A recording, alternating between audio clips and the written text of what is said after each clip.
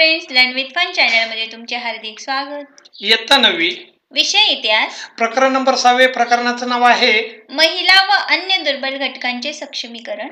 महिला व अन्य दुर्बल घटकांचे सक्षमीकरण या प्रकरणाच्या खाली पान नंबर 36 वर जो काही स्वाध्याय आलेला आहे आणि त्या स्वाध्यायाच्या खाली जो काही उपक्रम आलेला आहे, तर त्यामध्ये जे काही प्रश्न विचारलेले आहेत तर त्या सर्व प्रश्नांची उत्तरे आपण आजच्या व्हिडिओमध्ये पाहणार आहोत।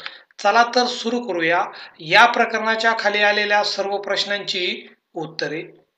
आपल्याला प्रश्न क्रमांक पहिला दिलेला आहे, दिलेल्या पर्यायांपैकी योग्य पर्याय निवडून विधाने पूर्ण करा। आपल्याला 1 नंबर दिलेला आहे, इसवी सन 1992 मध्ये टिंबटिंब या राज्यात मद्यपान विरोधी चळवळ सुरू करण्यात आली, तर त्या राज्याचं नाव आहे आंध्र प्रदेश। आणि याच खाली आपल्याला 2 नंबर दिलेला आहे, भारत सरकारने 1975 मध्ये टिंबटिंब यांच्या अध्यक्षतेखाली महिला आयोगाची स्थापना केली, तर त्यांचं नाव आहे डॉक्टर फुलरेणू गुहा।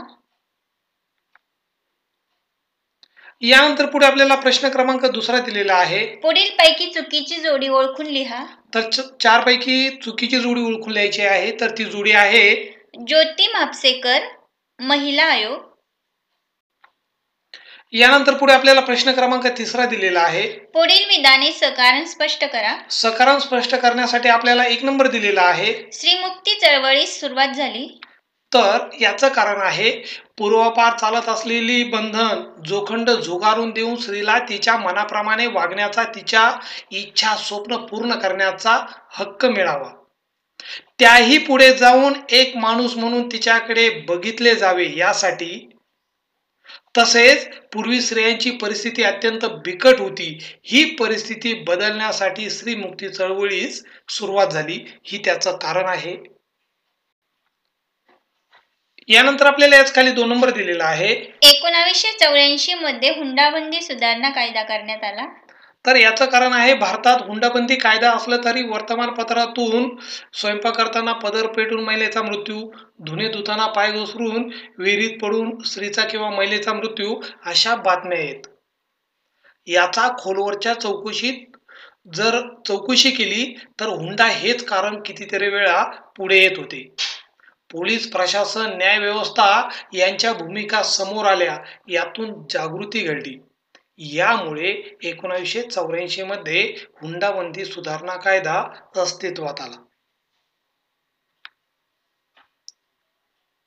यानंतर आपल्याला 3 नंबर दिलेला आहे, अस्पृश्यतेच्या रूढीवर कायद्याने बंदी आणली, तर याचं कारण आहे स्वातंत्र्योत्तर काळात आपल्या संविधानाने स्वातंत्र्य, समता, बंधुता व सामाजिक न्याय या मूल्यांचा पुरस्कार केला। संविधानाच्या 17व्या अनुच्छेदानुसार अस्पृश्यता नष्ट करण्यात आली आणि अस्पृश्य वर्गाचा समावेश अनुसूचित जातींमध्ये करण्यात आला। अनुसूचित जातींचे सामाजिक व आर्थिक मागासलेपण लक्षात घेऊन त्यांचा विकास साधता यावा म्हणून त्यांना शिक्षणात व नोकऱ्यात प्रतिनिधित्व देण्यात आले, त्याला अनुसरून अस्पृश्यतेच्या रूढीवर कायद्याने बंदी आणली। यानंतर याच खाली 4 नंबर दिलेला आहे, संविधानाने अल्पसंख्याकांना सांस्कृतिक व शैक्षणिक हक्क दिले आहेत, तर याचं कारण आहे एखाद्या समाजात धार्मिक, भाषिक किंवा वांशिक दृष्ट्या संख्येने कमी असलेल्या व्यक्तीच्या समूहाला अल्पसंख्याक म्हणतात। आपल्या देशात विविध धर्म, पंथ आणि भाषा असल्यामुळे भारतात सांस्कृतिक विविधता आहे, सांस्कृतिक परंपराही वेगवेगळ्या आहेत। या सांस्कृतिक परंपरा जपता याव्यात, आपल्या वैशिष्ट्यपूर्ण भाषेचा विकास करता यावा म्हणून संविधानाने अल्पसंख्याकांना सांस्कृतिक व शैक्षणिक हक्क दिले आहेत। यानंतर पुढे आपल्याला प्रश्न क्रमांक 4 दिलेला आहे, टिपा लिहा। टिपा लिहामध्ये आपल्याला 1 नंबर दिलेला आहे, चिपको आंदोलन, तर चिपको आंदोलन। चिपको आंदोलन हे 1973 मध्ये हिमालयाच्या पायथ्याशी जंगलाचे संरक्षण करण्यासाठी सुरू झालेले एक सामाजिक आंदोलन होते। यात महिलांनी सक्रिय सहभाग घेतला आणि एक एक हात पकडो, एक एक पेड़ घेरो या रणनीतीचा वापर करून जंगलांचे संरक्षण केले।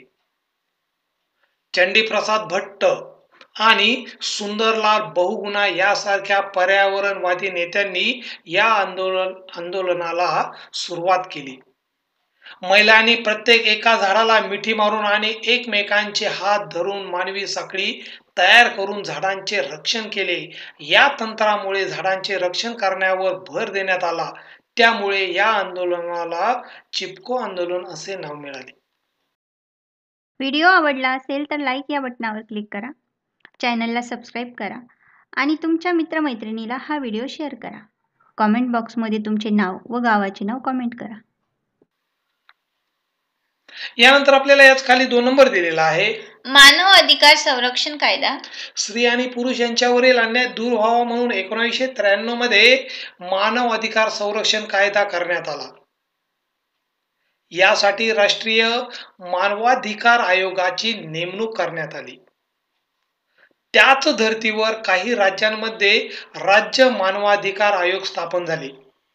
या कायद्यानुसार सामूहिक अत्याचार, घटस्फोटित महिलांची सामाजिक स्थिती, स्त्रिया व सुरक्षित कार्यस्थळ अशा विविध गोष्टींवर कायद्याने प्रभावी भूमिका बजावून स्त्रियांवरील अन्याय कमी करण्यास मदत केली.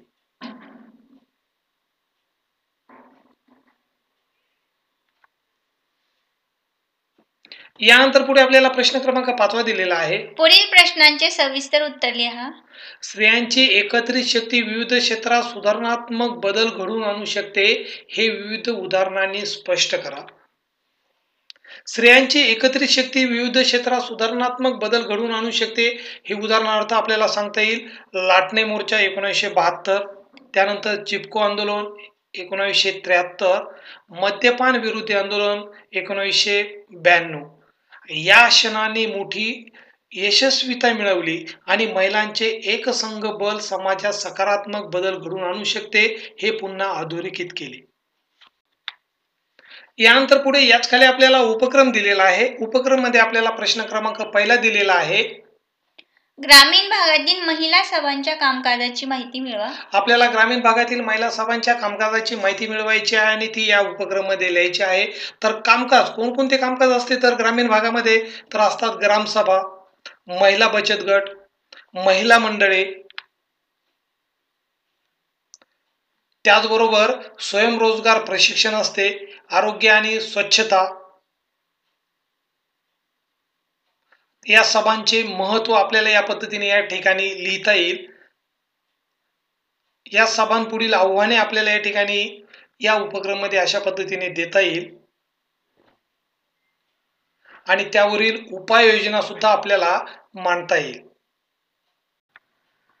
यानंतर आपल्याला याच खाली 2 नंबर दिलेला आहे. विविध क्षेत्रात उल्लेखनीय कामगिरी करणाऱ्या स्त्रियांची माहिती असणारी संचयिका तयार करा. तर विविध क्षेत्रात उल्लेखनीय कामगिरी करणाऱ्या स्त्रियांची माहिती असणारी संचिका आपल्याला तयार करायची आहे. तर विविध क्षेत्र, तर त्यापैकी मी वेगवेगळे क्षेत्र घेतलेले आहे. तर 1 नंबर आहे विज्ञान आणि तंत्रज्ञान. विज्ञान आणि तंत्रज्ञान या क्षेत्रामध्ये कामगिरी करणाऱ्या महिला आहे कल्पना चावला, टेसी थॉमस आणि अदिती पंत. त्याच पद्धतीने तुम्ही अजूनही लिहू शकता. त्याचबरोबर पुढे राजकारण आणि सामाजिक कार्यामध्ये उल्लेखनीय कामगिरी करणाऱ्या महिला आहेत इंदिरा गांधी, सुषमा स्वराज आणि मेधा पाटेकर. अजूनही तुम्ही नाव या ठिकाणी लिहू शकता आणि त्यांची कामगिरी नोंदवू शकता. पुढचं क्षेत्र आहे कला आणि संस्कृती. कला आणि संस्कृती या क्षेत्रामध्ये उल्लेखनीय कामगिरी करणाऱ्या स्त्रिया आहेत लता मंगेशकर, माधुरी दीक्षित, शांता शेळके. तुम्ही अजूनही नावं या ठिकाणी त्यांची माहिती ऍड करू शकता, नावे ऍड करू शकता. पुढचं क्षेत्र आहे खेळ. या क्षेत्रामध्ये पी.व्ही. सिंधू, मिताली राज आणि दीपिका कुमारी.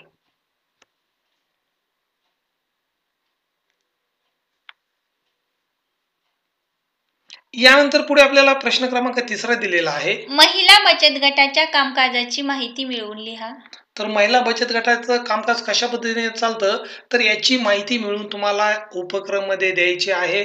तर महिला बचत गटाचे कामकाज, गट स्थापन, बचत, व्याज,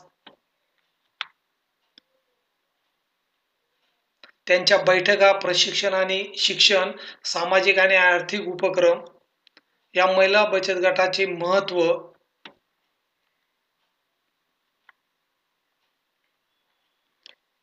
महिला बचत गटासमोरची आव्हाने, उपाययोजना आणि निष्कर्ष आपल्याला यामध्ये लिहिता येईल. चला तर विद्यार्थी मित्रांनो, भेटूया पुढच्या व्हिडिओमध्ये. तोपर्यंत बाय, टेक केअर. व्हिडिओ आवडला असेल तर लाईक या बटनावर क्लिक करा. चॅनलला सबस्क्राईब करा आणि तुमच्या मित्रमैत्रिणीला हा व्हिडिओ शेअर करा. कॉमेंट बॉक्समध्ये तुमचे नाव व गावाचे नाव कॉमेंट करा.